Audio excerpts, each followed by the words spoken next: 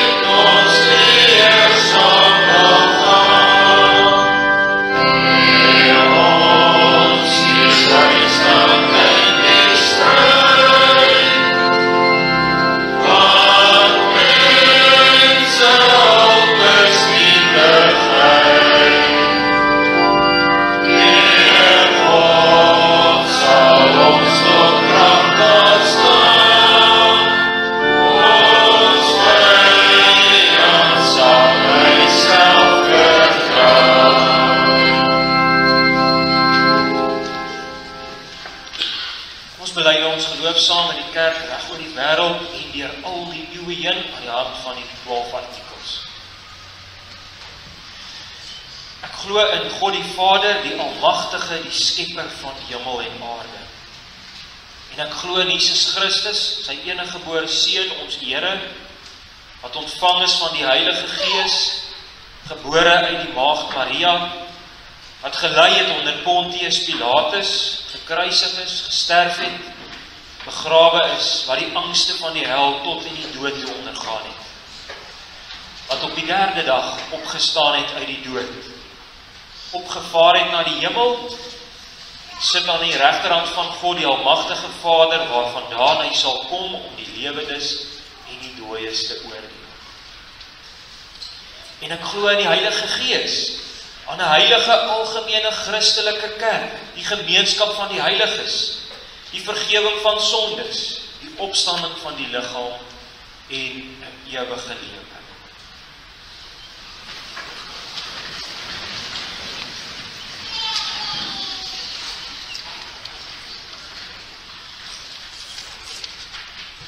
Ons gaan nou ons lewens spieël die lig van die Here sy wet, sy 10 gebooie, 10 woorde van die verbond van die Here wat ons opgerig het. Die Here rig 'n verbond met ons op en hy maak ons sy volk, sy kerkvolk. Dan gee hy ook vir ons die riglyn hoe om te lewe nou as sy verloste kinders. Toe het God al hierdie woorde gespreek en gesê, ek is die Here jou God wat jou uit Egipte land uit die slawehuis uitgelei het. Jy mag geen ander gode voor my aangesig hê nie. Jy mag vir jou geen gesneede beeld of enige gelykenis maak van wat bo in die hemel is, of van wat onder op die aarde is, of van wat in die waters onder die aarde is nie. Jy mag jou voor hulle nie neerbuig en hulle nie dien nie, want ek die Here jou God is die jaloerse God, wat die misdaad van die vaders besoek aan die kinders, aan die 3de en aan die 4de geslag van die wat my haat. En ek bewys barmhartigheid aan duisende, aan die wat my lief het en my gebooie onderhou. Mag die naam van die Here jou God nie ydelik gebruik nie, want die Here sal die een wat sy naam ydelik gebruik nie ongestrafbaar bly nie. Gedenk die Sabbatdag, dat jy dit heilig. 6 dae moet jy arbei en al jou werk doen, maar die 7de dag is die Sabbat van die Here jou God, dan mag jy geen werk doen nie. Jy of jou seun of jou dogter, of jou diensknegt of jou diensmaagd, of jou vee of jou vreemdeling wat in jou poorte is nie. Want in 6 dae het die Here die hemel en die aarde gemaak, die see en alles wat daarin is, en op die 7de dag het hy gerus. Daarom het die Here die Sabbatdag geseën en dit geheilig. Eer jou vader en jou moeder, dat jou dae verleng mag word in die land wat die Here jou God aan jou gee. Jy mag nie doodslaan nie. Jy mag nie egbreek nie. Jy mag nie steel nie.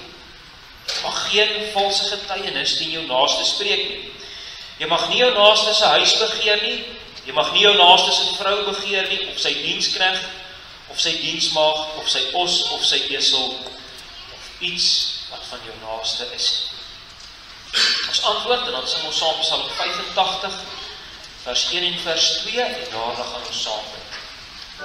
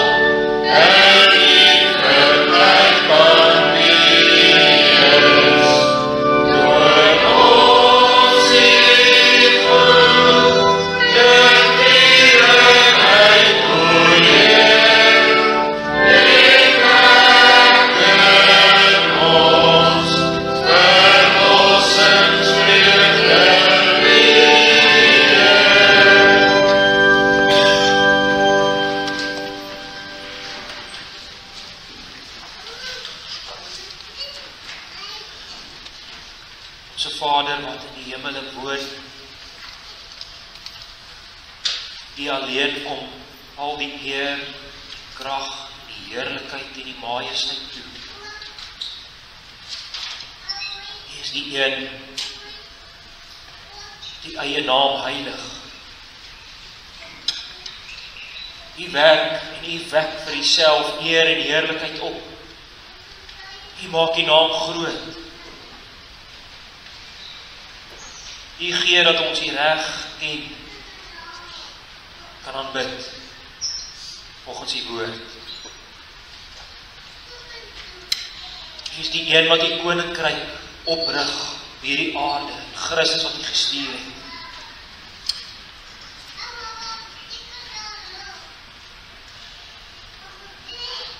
U is die een wat alleen op die troon is en regeer. U is heilig. Mag ons meer en meer u heiligheid ken, o Here. Mag ons meer en meer verstom en verwonderd staan. Die heiligheid en die heerlikheid. Ons weet, werk dit veral deur die Gees en deur die woord. Maar die wêreld sien ons ook iets van die heerlikheid. U dit als gemaak het.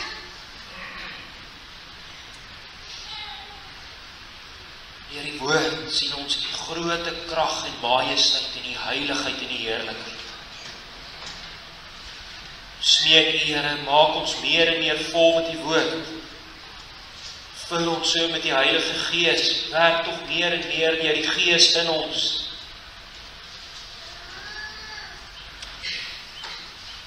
Ons is swak, Here. Die ou mens in ons sterk. Die wet het ons ook weer vanoggend kom aankla van ons sondes. Ons dink gereeld dat ons in onsself nogal alright is. Gelyk onsself met ander mense rondom ons, dink ons is nie te sleg nie. Partykeer sal ons selfs dink dat U ons nogal iets skuld. Ag, Hemelse Vader, bekeer ons tog, sodat ons onsself kan bekeer. Oortuig ons van ons eie kwaad en boosheid wat daar nog in ons lewe.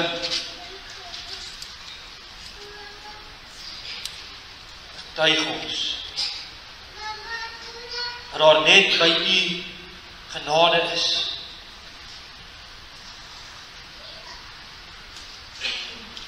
Ons loof U vir Christus wat U gestuur het, ons nuwe skepsele te kom maak. U kom toe al die eer, Here. Dis U wat die wedergeboorte in ons gewerk het, toe ons nog sondaars was, toe ons nog van U weggevlug het, toe ons niks van U wil weet nie, toe kom U deur die Gees en U maak ons nuut.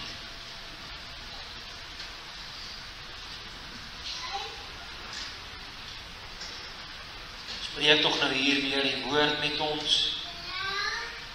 Die diensknegte en die diensmaagde luister, Here. Neem tog weg wat skeiding maak tussen U en ons. Mag U self prediker wees. Die woord preek deur die Gees in ons harte. Ons bly dit van U en ons Here Jesus Christus, ons enigste middelaar en verlosser en koning se naam. Amen.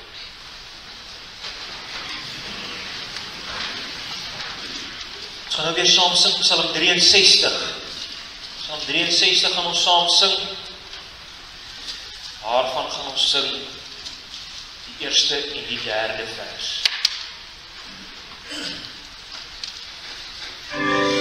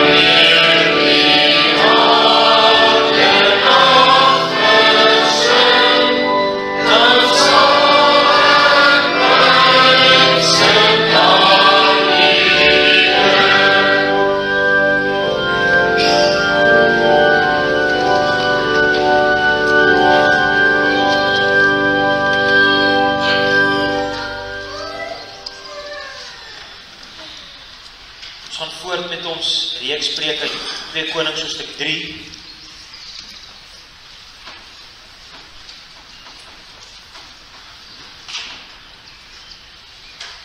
Vanoggend staan ons stil by hoofstuk 3.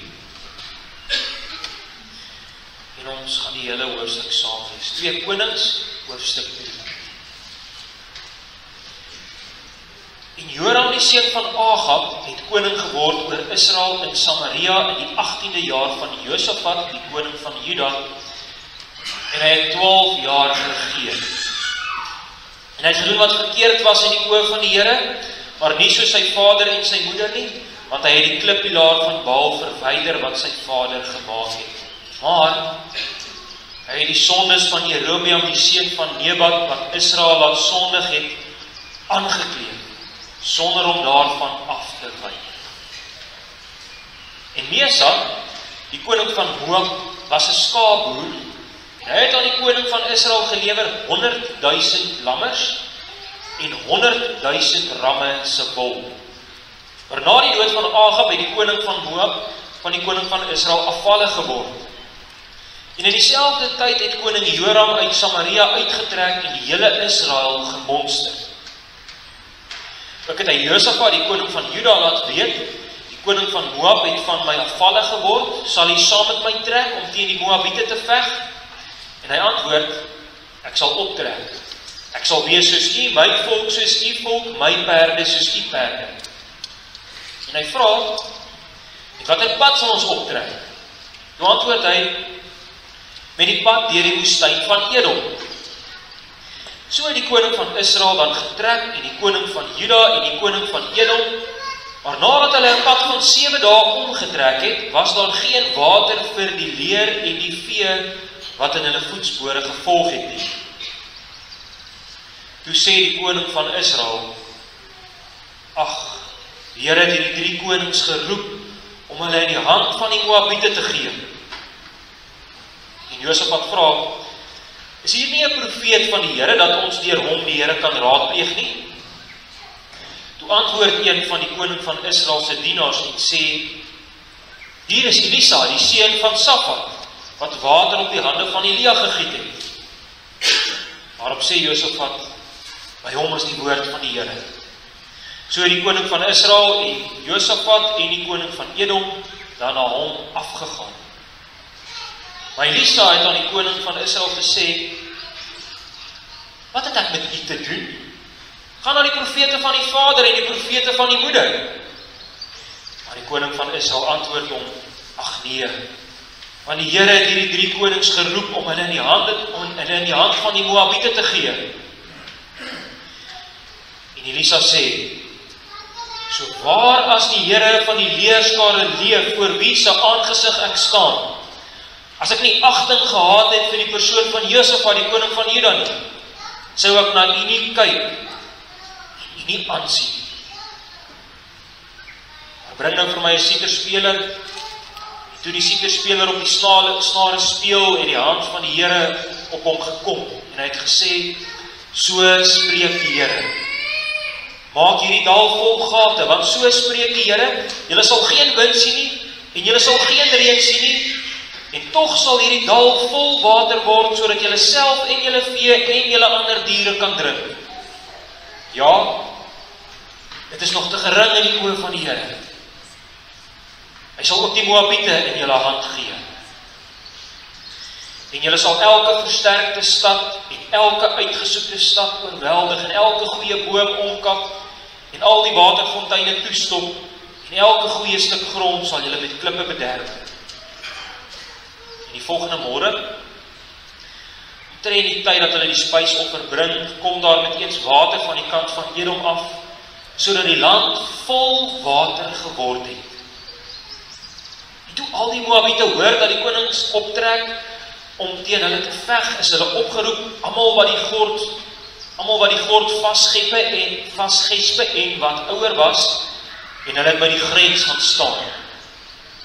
Terwyl hulle die môre vroeg hulle gereed maak en die son oor die water opgaan, sien die Moabiete op 'n afstand die water rooi soos bloed. En hulle sê, dit is bloed. Die konings het sekerlik mekaar aangeval en die een die ander verslaan. En nou op die buite af, julle Moabiete. Maar toe hulle by die laar van Israel kom, het die Israeliete hulle gereed gemaak en die Moabiete verslaan, sodat hulle voor hulle uitgevlug het en hulle dieper uitgetrek en die Moabiete verslaan. Daarna het hulle die stede verwoes en op elke goeie stuk grond elkeen sy klip gegooi, sodat dit daarvan vol was en elke waterfontein toegestop en elke goeie boom omgekap, totdat hulle net in Kir Hareset die klipmure daarvan laat oorbly. Maar toe die slingeraars het omsingel en het beskiet, en die koning van Moab sien dat die geveg vir hom te swaar word, het hy 700 man wat die swaard uittrek, met hom saamgeneem om na die koning van Edom deur te breek. Maar hulle kon nie. Waarop neem hy sy eerstgebore seun, wat in sy plek koning sou word, en hy offer hom as 'n brandoffer op die muur. Dit 'n groot toren oor Israel gekom, sodat hulle van hom weggetrek en na hulle land teruggegaan het. Tot sover lees ons die Here se woord.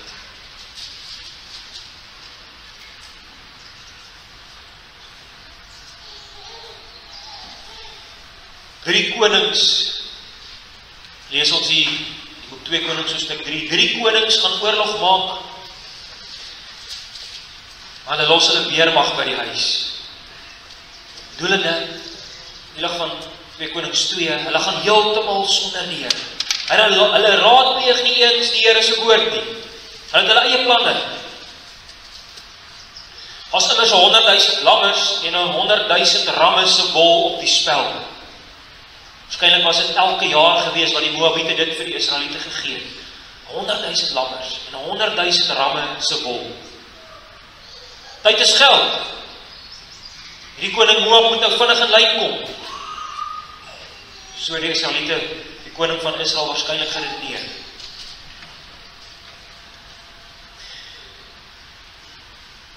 Alvorens dit begin 2 Konings 3 met 'n belangrike vermelding van Joram, die koning van Israel.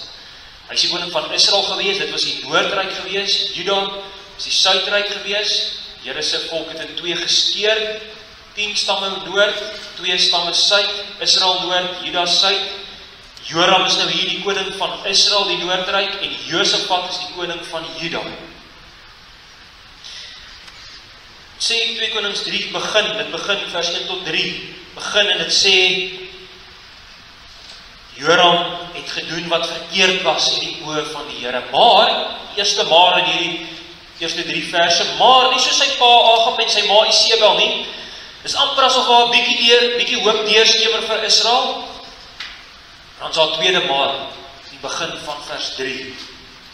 Maar, hy is sondes van Jerobeam wat Israel laat sondig het, hy het daardie sondes aangekleef, sonder om daarvan af te wyk. Hoe sterk word dit hier gesê, dit word beklemtoon, hy het nie daarvan afgewyk nie. Hy het hierdie sondes aangekleef. Nou, dit is 'n baie sterk woord hierdie aankleef, is dieselfde woord van Genesis 2 vers 24. Die man sal sy vader en sy moeder verlaat en sy vrou aankleef. Dit is 'n sterk woord hierdie. Liefde tussen 'n man en 'n vrou, is 'n groot aankleef. Joram het vasgehou vir lewe en dood aan hierdie sondes van Jerobeam.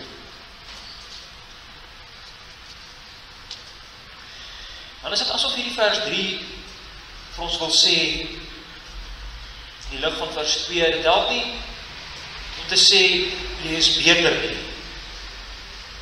Dit help nie om te sê, jy is nie so sleg soos wat jy kan wees nie.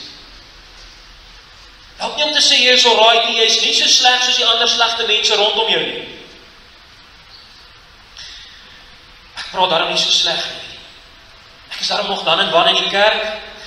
Ek het daarom nog 'n Bybel, ons baie mense rondom ons en baie plekke waar ons kom, dan dink ons, sjoe, ek is daarom nog nie so erg, of ek is daarom nog nie so boos as daardie mense. Dan wil die eerste 3 verse vir ons sê, is dalk so, ons mag nog nie hierdie groot sondes hê nie, ons mag nog nie hierdie vorige lewe hê van seksuele losbandigheid, en al wat 'n misbruik het ons gedoen nie, en gereeld was ons bedwelm en dronk. Maar wil hierdie gedeelte vir ons sê, ons bly boos.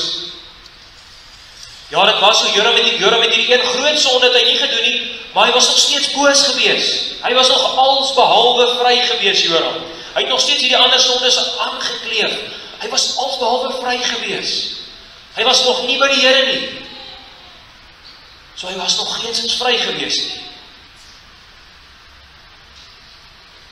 Hierdie sê ook dan vir ons iets van die God van die Bybel. Here eis ons heeltemal op. Here vra beslis nie net vir ons 'n uur in 'n week nie. Hy vra beslis nie vir ons net dat ons ons beste probeer nie. Die Here vra al ons liefde. Hy vra al ons liefdes. Hy eis ons hele lewe op. Hy eis elke stukkie van ons lewe op. Groot punt waarvan ons net oortuig moet word is, dit is vir ons goed, as die Here ons so heeltemal opeis. By die Here is ons op die heel beste plek in ons lewens, as by die Here is.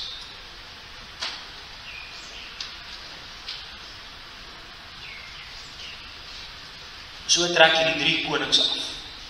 Israel en Juda en Edom se konings en al hulle soldate, die gaan hulle af na Moab. Hulle het 'n baie slim plan. Hulle sê hulle gaan Moab van agteraf bekry. So kan dit amper so sê, dis wat hulle sê. Hulle sê hulle gaan Moab van agteraf bekry. Die voorkant van Moab was die noorde kant van Moab gewees. Nou kan miskien gerus hierna op jy gaan kyk op 'n kaart. Die noorde kant van Moab was die sterk kant van Moab gewees. Daar het hulle baie sterk mure en versterkings daar opgebou, want dis waar die kant waarvan hulle meeste van die tyd aangeval is. Die suide kant van Moab was nie so sterk gewees nie, want daar was 'n woestyn. Daar was al niks nie. En nou besluit hierdie 3 konings, hulle gaan Moab aanval van hierdie swakker suide kant af. Maar dan val hulle egter redelik vas. 7 dae het hulle niks meer om te drink nie. Niks meer water nie. Hulle het hulle misgis. Dink net hoe swak is hulle nou. Watter sagte teiken is hulle nie nou nie. 'n gedehidreerde soldaat is niks werd nie. En dan lees ons dat die koning van Israel, Joram, hy praat eerste. Ons lees wat hy gesê het in vers 10 en ook in vers 13 word dit weer herhaal. Hy sê, dis die Here wat hierdie 3 konings geroep het om hulle oor te gee in die hande van hulle vyande. Hy sê, dis die Here wat ons geroep het om ons kwaad aan te doen. Dis wat Joram sê. Die Here wil hulle uitroei. Dis die Here wat hulle wil vernietig. Die Here wil hulle net verwoes. Die Here het hulle geroep om hulle uit te delf. Dis wat Joram sê. Voorheen was daar geen soeke na die Here gewees nie. Het hulle eie plannetjies gehad en hulle eie planne gevolg. En nou dat hulle in die moeilikheid is, nou het Joram skielik al hierdie geloof in die soewereiniteit van die Here. Broers en susters, ons gaan gou 'n enkele oomblik net by hierdie woord, die soewereiniteit van die Here stil staan. Dis 'n groot woord en ons gebruik hierdie woord nie baie nie. Maar die woord soewereiniteit is 'n woord wat beteken dat die Here die oppergesag het. Aan die ander woorde, daar's nie 'n koning groter as die Here nie. As die Here 'n besluit neem, hoef hy nie nog vir iemand bo hom te gaan vra of kan hy hierdie besluit neem nie. Die Here is in beheer van alles. Alles wat bestaan is ook afhanklik van die Here. Hy is die hoogste gesag. Die Here regeer oor alles en almal alleen. Dis wat ons sê as ons sê die Here is soewerein. En hierdie eienskappe, ons kan ook sê hierdie volkomenheid van die Here. Die woord van die Here leer ons dit van die Here, sodat ons die Here aanbid vir sy majesteit en sy soewereiniteit, sodat ons verwonderd staan oor hierdie groot Here, sodat ons hierdie onsaglike groot God kan dien en vrees. Hy is soewerein. Is niemand hoër as hy nie, belangriker as hy nie. En hier sê Joram nou, hy sê, dis die Here wat ons tot hier geroep het. Nou dis reg, waar, want die Here is soewerein. Hy het dit so beskik, dat hulle nou hier is, waar hulle is, in hierdie groot benaar nie. Die Here het dit so beskik, want hy is soewerein. Maar die laaste deel wat Joram sê is skokkend. Hy sê die Here het dit so laat gebeur om hulle oor te gee in die hand van die Moabiete. Broers en susters, daar is twee groot gevare waarvoor ons veral moet uitkyk as dit kom by die Here se soewereiniteit. Aan die een kant glo mense maklik in die Here se soewereiniteit om hulle self te verontskuldig of om hulle self te verskoon. Dan sal mense byvoorbeeld sê of dink by hulle self, toe maar, die Here is soewerein, hy het al die mag en hy het al die gesag, hy is in beheer van alles, hy beskik alles, ek kan maar net rustig agteroor sit en die film bekyk van dit alles wat die Here nou doen. Aan die woorde, dit speel die Here se soewereiniteit af teen die mens se verantwoordelikheid. Maar dit leer die Here se woord ons nooit nie. Die Here se woord leer ons hierdie albei gelyktydig. Dit leer ons God is soewerein, hy is in beheer van alles, hy regeer oor alles. Niks gebeur buite sy raad nie, hy is soewerein, maar die mens is ook altyd 100% verantwoordelik, net soos God 100% soewerein is. Die woord speel hierdie twee nooit aan teen mekaar af nie. Dis die een groot gevaar. Mense sê ek hoef niks te doen nie. God is ons soewerein. Maar ons nog 'n ander gevaar, en dis wat ons hier lees, 2 Konings 3. Die ander groot gevaar van God se soewereiniteit is wanneer mense daarin glo net om God te beskuldig. Sal hulle sê, die Here het ons al die mag en al die gesag, hy kon dit ons gekeer het. Hoekom het die Here ons nie gekeer dat ons hierdie pad in die woestyn vat nie? Kyk, hy wil ons net doodmaak, hy is ons vyand. Dit sê Joram. God kry nou al die skuld, en die mense verantwoordelikheid word op 0 geplaas. Die konings in die moeilikheid kom, toe is dit kamstig die Here se skuld. Toe sê Joram, die Here wil hulle net vernietig. Maar toe hulle weggetrek het en toe hulle planne gemaak het, toe was die Here vergete. Toe was die Here se woord nie nodig nie. Die sê Joram nou, die Here wil hulle net vernietig. Dan kry koning Josafat kry op die ingewing van die oomblike Godvreesende gedagte, dalk moet ons die woord van die Here raadpleeg. Dalk is daar 'n uitkoms by die Here. Dan gaan hulle na Elisa toe. Waar Elisa skielik vandaan kom, dit word vir ons glad nie gesê nie, daar word niks daaroor gesê nie. Hulle gaan na Elisa toe. Lees ons hier dat Elisa versigtig, plegtig antwoord. Hy sê, so waar as die Here, vers 14, so waar as die Here van die leerskare leef. Baie plegtig antwoord Elisa hier, maar tog ook pynvol bot. As dit nie vir Josafat was nie, dan het ek eers na jou gekyk nie, koning Joram.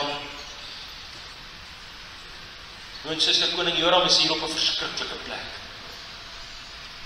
Die Here sê vir hom, gaan na jou afgode toe. Gaan soek hulp by hulle. Skokkende woorde. Die Here vir hierdie koning sê,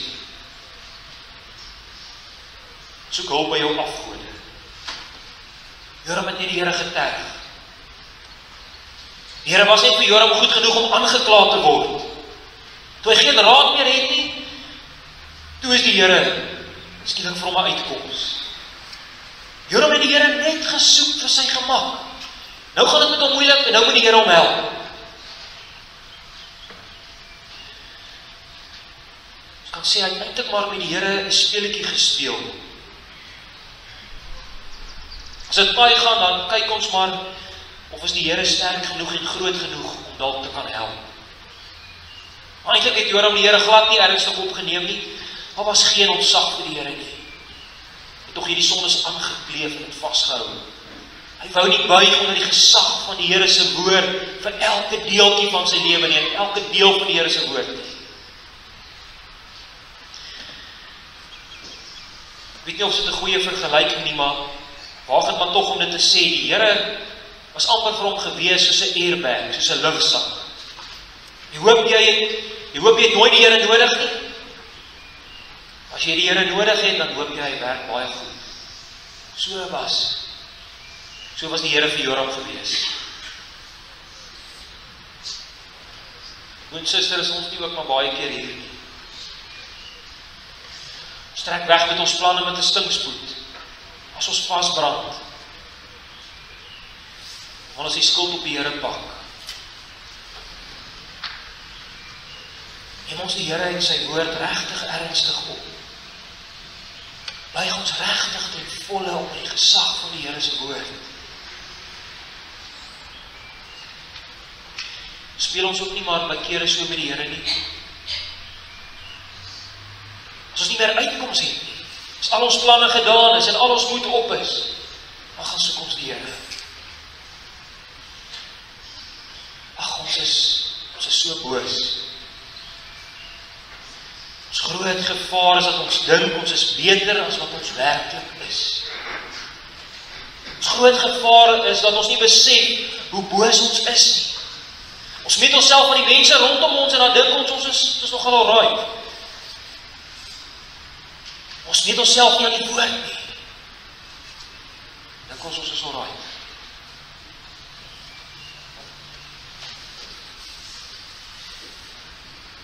Tog kom hierdie saam met die Here se woord.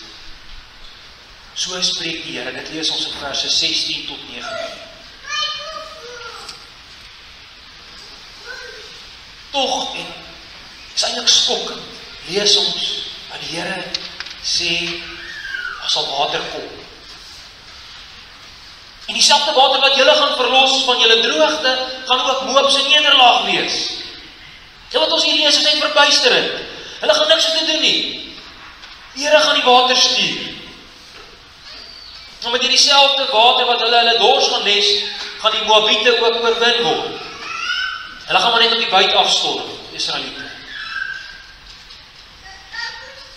Hierdie bose mense, hierdie Joram, wat so met die Here omgegaan het, soos wat ons nou lees in die begin van hierdie hoofstuk, hy ontvang seëning op seëning. Dit kan maak ons amper kwaad.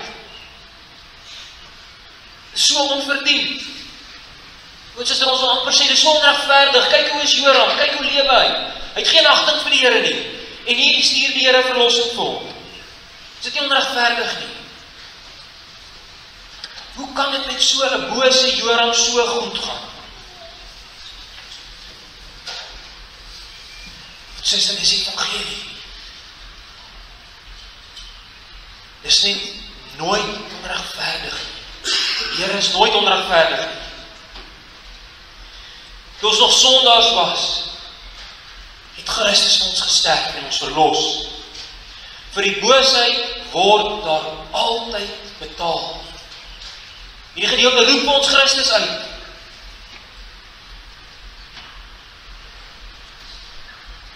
Ons is te kyk net hoe gee die Here vir hierdie bose Joram baie meer as wat hy gevra het. Kom na die Here toe vir water, want hulle vergaan van die dors. En hier kom gee die Here selfs vir hulle oorwinning oor die Moabiete. So onverdiend. Ja, sê vers 18, dis nog te gering in die oë van die Here. Dit sal 'n kleinigheid wees in die oë van die Here om hulle dors te les. Hulle het 'n groot vyand waarteen hulle te staan kom. En ook hom sal die Here verlos. Die Here gee vir ons baie meer as wat ons meestal vir hom vra. Hy gee vir ons Christus, toe ons water gesoek het. Toe ons net 'n paar rand gesoek het van die Here, of 'n stukkie grond gesoek het, of 'n beter kar gesoek het. Toe gee hy vir ons Christus, dat ons hom, ons Vader, weer mag kry. Die Here gee homself om vir ons. Ons vra te klein dinge, broer en suster. Ons vra te klein dinge. Ons mis die Here so maklik. Maar kyk in hierdie gedeelte, kyk, die Here het die voorliefde om ver meer te doen as wat gevra word. Ons kom om genade te soek by die Here. Kry ons genade op genade. Johannes 1 vers 16. Johannes die Doper getuig van die Here Jesus wat na hom sou gekom het, en dan lees ons daar, hy wat na my kom het voor my geword, want hy was eerder as ek, en uit sy volheid het ons almal ontvang, ja, genade op genade. Kyk hoe goed is die Here, selfs vir Jorams, selfs vir ons, selfs vir my en jou.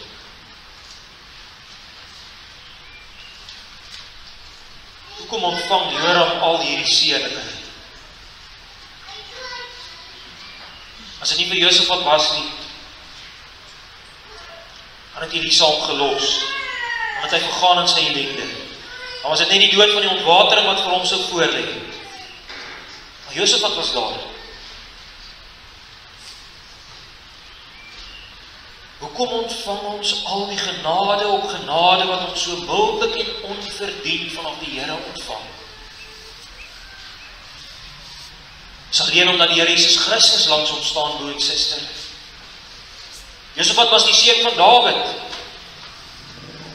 Dawid was die een met wie die Here sy verbond weer opgerig het. Met ander woorde, die Here dink aan sy verbond. Die Here dink aan sy verbond met ons, waarvan Christus die enigste middelaar is. Sonder Christus was daar geen verbond nie. Ons verdien nie eers die Here die hemelse krummels nie. Ons ontvang massiewe seëninge net vanweë die Here Jesus Christus wat langs ons kom staan. Dis al, dis al.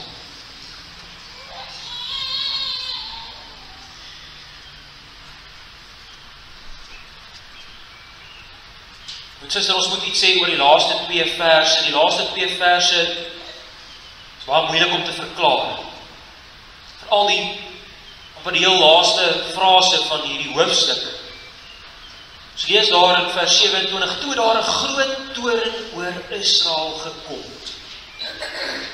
Nou, hierdie kan op 'n paar maniere verstaan word, en ons kan nie nou in breedvoerigheid alles ingaan nie. Heel wat kommentare wil dit verklaar en sê dat dit verwys na die toorn van die Here wat oor sy volk gekom het, omdat hulle die Moabiete tot hierdie gruwelike daad gedryf het, dat hy sy eerstgebore seun daar op die muur offer. Maar tog lyk dit dan asof mens die skuld dan van Moab op Israel laai. Dit was mos nie die Here of Israeliete wat vir Moab gesê het om hierdie gruwelike daad te doen, om sy seun te offer daar op die muur nie. Dis oorlog hier. So dit lyk tog asof dit miskien effens meer kan verwys na die Here se volk wat woedend geword het toe hulle sien wat Moab hier doen. Toe hulle sien hoe Moab sy kroonprins, sy eerstgebore seun hier op die muur offer. Wat gebeur hier? Ons lees Moab was op sy heel einde. Die laaste opsie wat daar nog was om te probeer deurbreek na die swakke Edom toe. So Moab vat 700 manne en hy probeer dit, maar dit slaag nie. Vers 26 lees ons dit. So wat kan Moab nou andersins doen as om hierdie afgod van hom, om sy God se aandag te probeer kry, om hom te red uit hierdie benarde situasie uit? Die Moabiete het die afgod Kamos aanbid. Ons lees dit op heelwat plekke in die Bybel. Een voorbeeld is maar net 1 Konings 11 vers 7. Daar lees ons, die Moabiete het die afgod Kamos aanbid. So wat kan Moab dan nou doen om sy afgod se aandag te kry? Offer jou seun en die kroonprins van die mense. Dis die toppunt van die offer wat jy kan gee. Miskien sal dit die God beweeg om iets te doen. So dink die koning van Moab dalk. Dis hoe afgoderry werk, broer en suster. Jy moet die God gaan dwing om iets te doen deur jou goeie werke. Dis hoe afgoderry werk. Jy moet die God dwing met iets wat jy doen. Jy moet die afgod manipuleer om iets te doen. Selfs op die mees kostelike maniere moet jy nou die afgod manipuleer sodat hy iets vir jou kan doen. Broer en suster, is dit nie 'n massiewe groot skat wat ons in die Here het? Ons kan en ons hoef die Here nooit om te koop nie. Ons hoef niks by die Here te verdien nie. Ons hoef nooit die Here om te koop nie. Ons hoef nooit die Here te manipuleer nie. Hy het alles het die Here reeds vir ons gegee. Hy het sy eie seun reeds gegee en alles daarmee saam het hy reeds vir ons gegee in Christus. Hy het reeds gegee, hy het reeds betaal. Hy het die offer voorsien. God self in die offer voorsien, sodat ons vry kan wees. Ons hoef en ons kan die Here nie omkoop met ons goeie werke nie. As niks wat ons vir die Here kan offer om iets van die Here te kry nie. Dis hier die hele hoofstuk van 2 Konings 3 vol. Die Here skenk vir Joram hierdie saglike groot oorwinning. En hy doen niks om dit te verdien nie. Toe ons goddeloos was, stuur ons Hemelse Vader Christus vir ons. Kyk die wonder van Christendom, broer en suster. Dis onverdiende genade. Ons kan niks by die Here verdien nie. Ons hoef hom nooit om te koop nie. Ons hoef nooit die Here te manipuleer nie. Soek hier die Here in sy woord, broer en suster. By hom is ons vry. Hoe meer ons hom ken, hoe meer word ons vry. Hierdie Here is daar lewe. Soek hier die Here in gebed. As Hemelse Vader het sy Heilige Gees gestuur in ons, saam met hom te lewe. Ons Here Jesus Christus. Amen. Ons gaan antwoord op die woord en ons sing ons saam Psalm 107. Waarvan gaan ons sing vers 1 en vers 3. Hy het al matte skrede, hulle moe voetstappe. Dis wat matte skrede beteken. Hy het hulle moe voetstappe gelei op die regte baan om tot bewoonstede met blydskap in te gaan. Wat hulle hom dank bewys vir redding wat so soet is. Hoe het ons dit nou hier gelees in die Here se woord? Vir redding wat so soet is. Wat hulle hom voor die mense prys omdat hy groot en goed is. Psalm 107, 1 en 3 en dan gaan ons saam met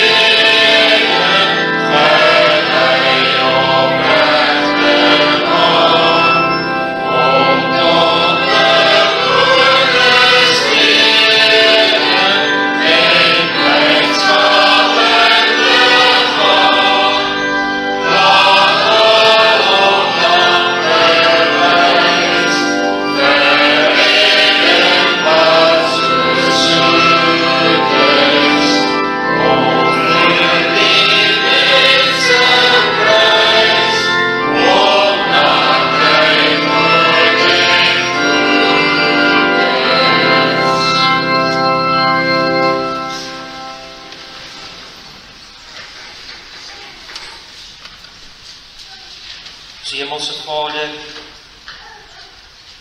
U is groot en U is goed. Leer ons dit uit U woord uit. Weer mag ons in die geloof daarin vasgryp. U soewerein is. U regeer oor alles. Daarmee saam is U goed.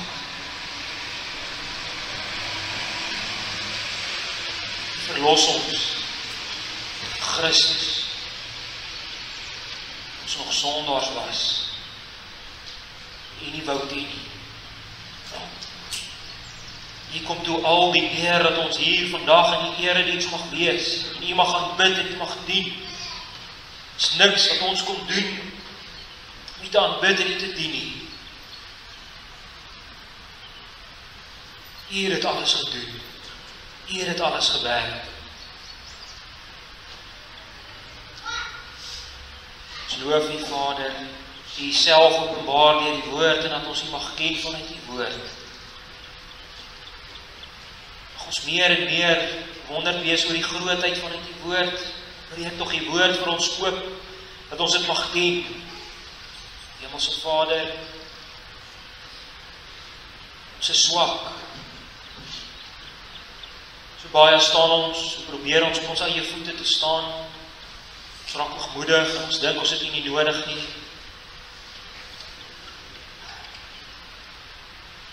Vergewe ons tog ons sondes. Ons bid soos ons Here Jesus Christus ons geleer het om te bid. Ons Vader wat in die hemele is, dat U naam geheilig word. Dat U koninkryk kom. Dat U wil geskied soos in die hemel, net so ook op die aarde. Gee ons vandag ons daaglikse brood.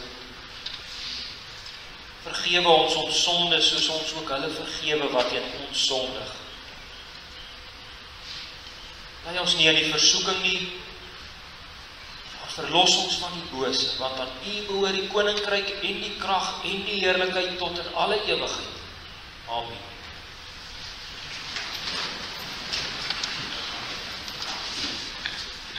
Ons gaan saam sing Psalm 103. Daarvan gaan ons sing vers 1, vers 5 en vers 6. Waarna die Here ons wegstuur met sy wegstuurseën. Amen.